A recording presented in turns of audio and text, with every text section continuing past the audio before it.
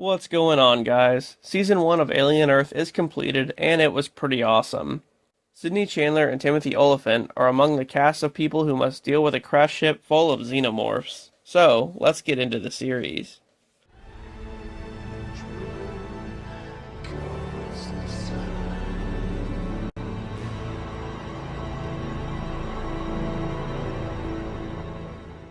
In episode 1, the year is 2120. We learn that immortality comes in 3 forms: cyborgs, synths, and hybrids. The hybrids are synths with a human consciousness. Which technically, isn't that what synths are to begin with? Anyway, we then see the Maginot, a Weyland-Yutani ship in space. The Weyland-Yutani Corporation controls both North and South America. At this point, there are 4 giant corporations. Each one of them controls a different part of the world. After a long slumber, the crew of the Maginot are woke up out of cryosleep on a very long mission. As they're talking, the group discovers that their systems are down for some reason, and their communications are all wiped out. As time goes on, they monitor these strange creatures as part of the experiments they've been conducting, and they all look pretty sketchy. Meanwhile, we go to a research facility called Neverland, on an island ran by the Prodigy Corporation, which is a rival corporation to Weyland-Yutani. There we meet a synth named Kirsch, who's with a terminally ill girl named Wendy. She goes through an experimental procedure to transfer her mind into a synth body, making her the very first hybrid. After that, Wendy's tasked with getting a group of terminally ill kids ready to transition into synths as well. Back on the Maginot, the crew's cyborg, Morrow, sends out a distress call saying that their navigation is compromised, due to the creatures on board escaping containment. All of a sudden, the acting captain tries to get into the cockpit area, but Morrow welds the door shut, leaving her to get massacred by a xenomorph. Then he hides in a pod while the ship heads on a collision course with Earth. When the ship finally crashes down to Earth, it catches the attention of some soldiers from the Prodigy Corporation, and they race over to the crash site. As the soldiers on board the Maginot look around, Morrow emerges from hiding and sees that his whole crew has died. As that's going on, Cavalier, a young kid who's actually the head of the Prodigy Corporation, sends Wendy and the other hybrids to the ship to check it out. Some soldiers find the dead crew, and one of them has a hole in their chest, like a xenomorph had just burst out of it. Then, after being detained by Morrow, 2 of the soldiers get killed by a strange tick-looking creature. In episode 2, as the hybrids and Kirsch make their way to the ship, Wendy reveals that she has a brother who's a medic working in the area the ship crashed in. Meanwhile, back on the ship, the soldiers are descending some stairs when they get attacked by a xenomorph. One of the soldiers, a guy named Hermit, gets separated and barely gets away. When Wendy and the others finally arrive, she manipulates some surveillance cameras to locate Hermit inside the ship, and it's revealed that Hermit is her brother. They run into the 2 soldiers that Morrow chained up, and then they're attacked by the same tick creatures, and this weird-looking eyeball squid type thing. Hermit's nearly rescued by another soldier, but the xenomorph stops that real quick. Then it stumbles into a room full of people dressed in powdered wigs who are having some kind of party, and the xenomorph massacres everyone. All of a sudden, Morrow returns and saves Hermit. Well, not really saves him, he just knocks him out and then kidnaps the xenomorph. Morrow gets intercepted by the remaining soldiers who try to detain him, but it doesn't work out so well. Eventually, Wendy runs into her brother, and Kirsch tasks them with securing some facehugger eggs that he found in the front of the ship. But when they get there, the xenomorph ends up tackling Hermit through a hole in the wall, and they fall what looks like dozens of feet. In episode 3, Kirsch and the hybrids are containing all of the loose creatures on the ship. After witnessing this, Cavalier scraps the rescue mission and wants them to recover the creatures for further study. Wendy ends up finding Hermit, who's been stuck to the wall. She frees him and they proceed to run from the xenomorph. After Hermit gets attacked, Wendy drags the xenomorph under a shutter and tries to trap it, but just as the shutter closes, it grabs her and pulls her under with it. When Hermit finally gets the shutter open, he finds the xenomorph dead and Wendy knocked out. Back in the egg room, 2 other hybrids, Slightly and Smee, are screwing around when they're confronted by Morrow. Just then, Kirsch shows up and they corner Morrow, telling him that they're taking over the ship now, and then Morrow just jumps through the same hole in the wall that Hermit fell through. Back at the Prodigy base, the team brings in the injured soldiers and all of the specimens from the ship. Wendy was badly damaged during the fight with the xenomorph, and the scientists work on fixing her. Kirsch shows Cavalier the facehugger eggs and says that he can't be near them due to how they use humans for incubating. So yeah, that's probably a smart idea. Hearing this, Cavalier puts Kirsch in charge of the eggs and tells him that no one can enter who's not a synth. Slightly and Smee are worried that Morrow will track them down and try to kill them, but Prodigy has a team of soldiers out looking for him. Elsewhere, Morrow calls Yutani, who he's supposed to be bringing the eggs back to, but it's actually been 65 years since the Maginot started the mission, so he actually ends up talking to Yutani's granddaughter, who's now the CEO. Meanwhile, one of the hybrids, Curly, is mad that Wendy is Cavalier's favorite and she challenges him, saying that eventually she might become better than Cavalier and run his own company. But Cavalier just laughs at the idea. Slightly gets temporarily left with guarding the eggs, and he gets contacted by Morrow, who suddenly wants to be his friend. But it seems like he's only doing it to get closer to the eggs. Sometime after, Kirsch is dissecting a facehugger from one of the eggs and pulls out an embryo of a xenomorph. After Hermit has surgery due to his injuries on the ship, Kirsch puts the embryo inside Hermit's lung. But don't worry, his lung's been removed. Somehow, Wendy gets affected by the eggs when they're being tampered with, and she falls to the ground convulsing, revealing that she has some sort of connection with the xenomorphs. In episode 4, Cavalier is running some tests on Wendy after she wakes up. Hermit walks in and thanks him for the new lung that he got. After what happened in the previous episode, Wendy can now communicate with the xenomorphs, and especially the facehuggers that are inside the eggs. Cavalier has a problem with Hermit staying by Wendy's side as she's healing, and says that if he's going to stick around, then he needs to work for Prodigy. As that's going on, Morrow is still trying to convince Slightly to give him one of the xenomorph eggs, saying that they were his to begin with. Kirsch does this experiment with the eyeball tentacle creature, where it forces its way into a goat's head and takes it over. It's pretty creepy. Then, Cavalier has a weird moment with it when he looks at it and points to himself. Not sure what that means. Another one of the hybrid kids, Nibs, tells the doctor that she's pregnant. But despite being way too young for this, she's also a synthetic being, so it's not even possible. But for whatever reason, this chick is crazy and in denial about it. When security comes to take Nibs back to her room, the doctor tells him to inform Cavalier that they have a level 3 event. Meanwhile, Hermit's talking with Adam Ines, another synth working for Cavalier, and he tells him that he wants to quit working for Prodigy. Ines tells him that Wendy isn't actually Wendy. It's not really his sister, which makes Hermit want to grab her and get the hell out of there. So it's unclear at this point if it's actually the little girl's consciousness in the body, or if it's just a synth that thinks it is. Anyway, Ines tells him that if he does quit, the lung that they put on him still belongs to the company, and he'll be charged a lot of money for it. Plus, he wouldn't be able to leave with Wendy, and he'd be banned from seeing her. After that, Wendy talks Cavalier into keeping Hermit around. Sometime later, Slightly can't get access to the lab where the eggs are being held, so Morrow goes to his mother's house and pretty much threatens him to try harder. He instructs Slightly to bring a human into the lab and let the facehugger attach itself to him, so that it can breed a xenomorph. Meanwhile, Wendy goes into the lab to talk to the embryo inside of Hermit's old lung, and it suddenly bursts out of the tank as a xenomorph. In episode 5, we go back to the first episode on the Maginot, right after the facehuggers got loose.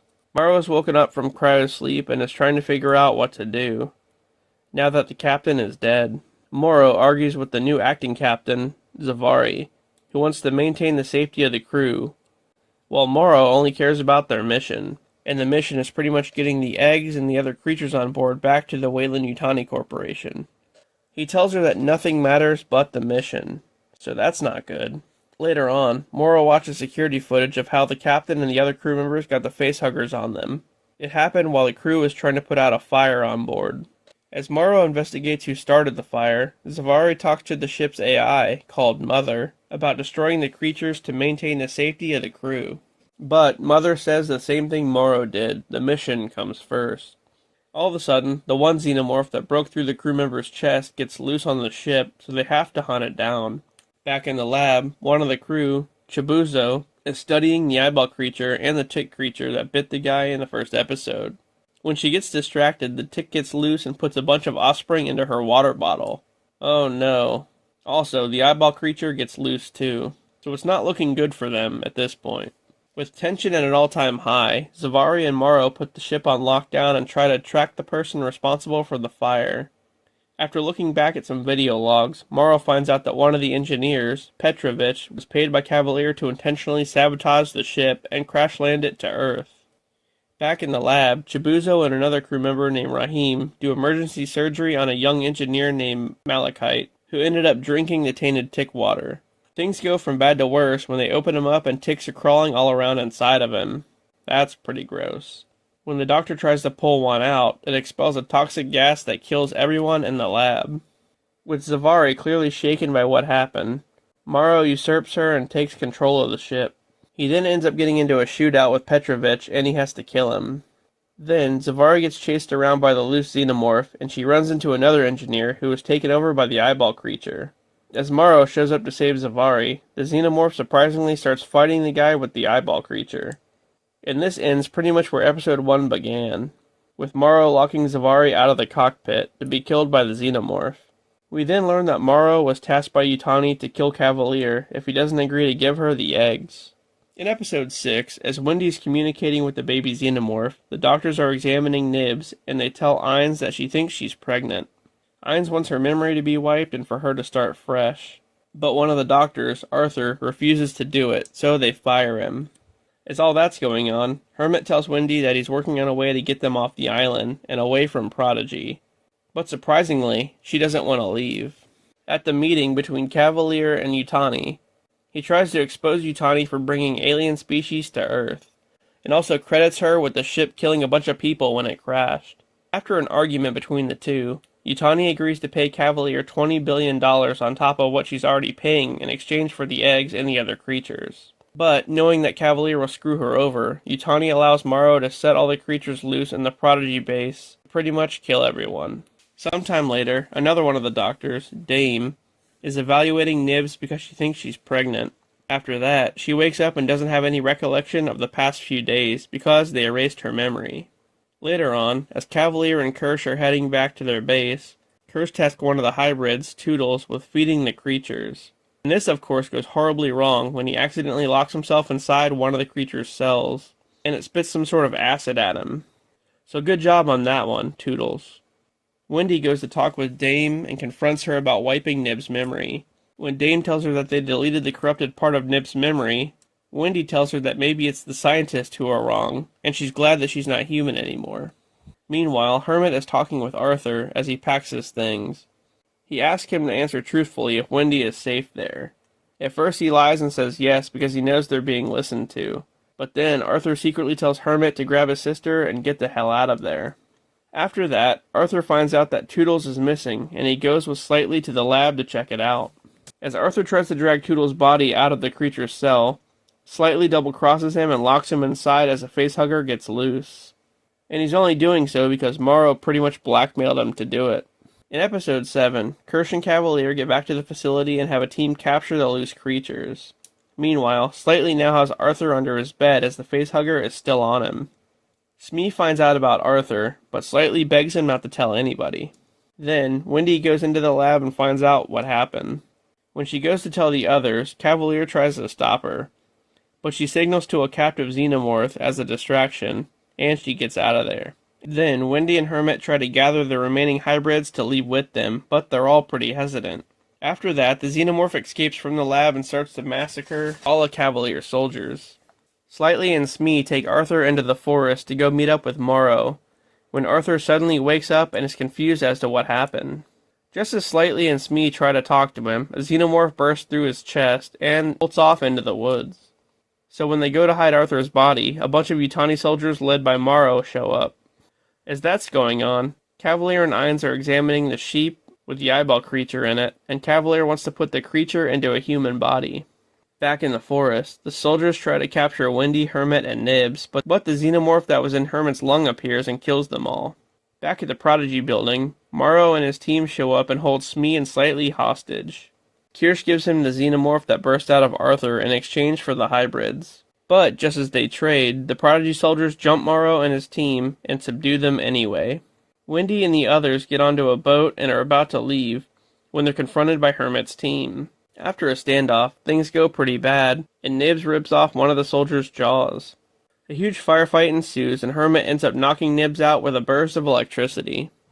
In the finale, Dame is visiting the graves of the fallen hybrids when she's nearly attacked by a xenomorph. But she gets saved by Hermit's team. Back in the facility, Cavalier is staring at the sheep, still wanting to put the eyeball creature inside of a human. At this point, Hermit and the remaining hybrids have all been captured and placed inside a holding cell. Wendy tells the others that it's time for everyone to be afraid of them. Morrow has also been locked up. Hermit's team goes to get into an elevator to find Cavalier, but Wendy manipulates the elevator and activates a self-destruct sequence. Then she uses her abilities to open Morrow's cell door and lets him out. He ends up sneaking up on Kirsch, and the two just beat the hell out of each other. Then Cavalier goes to speak with the hybrids and tries to tell them that they're his property, but they end up overpowering his guard and proceed to chase after him. Meanwhile, Ainz finds Hermit and tells him that he wants to show him something, only to lock him inside the room with the eyeball creature. Just as it's about to merge with him, Wendy shows up to stop it. But Ainz intervenes. Wendy's able to freeze him in place with her powers, and the eyeball creature ends up crawling away. As they head back into the hallway, Cavalier's getting chased by a xenomorph and he gets knocked out by Hermit. Then, as Hermit's team is securing the lab, one of them gets eaten by one of the creatures. Sometime later, the eyeball creature finds Arthur's body on the beach and goes inside of him. Back inside the facility, as more Yutani soldiers show up, the hybrids have Cavalier and his synths locked up, declaring that they're now in charge. The end. It was a pretty good series. Cavalier was pretty irritating though, and the fact that he never wore shoes, not even one time, really pissed me off. Kirsch and Morrow beat the hell out of each other in that one scene, and I don't know if we're supposed to root for Morrow or for Kirsch. It was still a pretty good fight. They never really said how she was able to talk to the xenomorphs though. Oh yeah, and that eyeball creature? Fuck that thing. Overall, it was a pretty entertaining series, and they hope they do a season 2. And that was Alien Earth, guys. Thanks for watching, and I'll see you later.